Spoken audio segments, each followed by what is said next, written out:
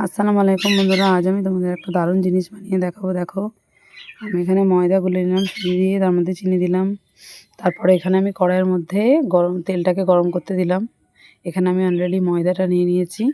আর এই যে কাপটা তোমাদের দেখাচ্ছি, কাপের একটা মাপ করব, করে গরম হয়ে থাকা তেলের মধ্যে কাপটার মধ্যে মাপ নিয়ে ওটা আমি কড়াইয়ের মধ্যে দিয়ে দেবো। তারপর তোমরা দেখতে থাকো, দারুণ জিনিস হবে, যেটাকে আমরা মালপোয়া বলি। এবার আমি কাপের মাপ করে এবার কড়াইয়ের মধ্যে আমি এটা দিয়ে দেবো। তারপর দেখো কত সুন্দরভাবে এটা ফুলে যায়। দেখো দেখো, দিয়ে দিলাম এর মধ্যে, কড়াইয়ের মধ্যে। এবার এটা এখন দেখো কত সুন্দর হয়ে গেছে। দেখো, দারুণ খেতে লাগবে। একটু মিষ্টি দিতে হবে বেশি করে, তবেই খেতে ভালো লাগবে।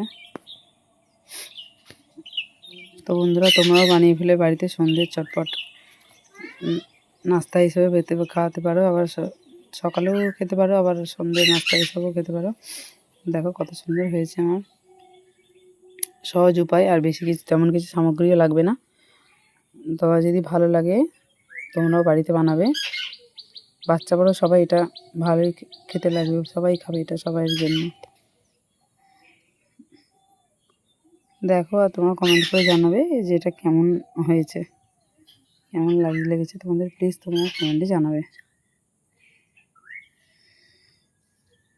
প্রচুর নরম সফট হয়েছে, এটা খুবই সুন্দর, মানে হাত দিলে তুলোর মতো পুরো নরম হয়েছে। দেখো, তোমরা জানাবে কেমন হলো।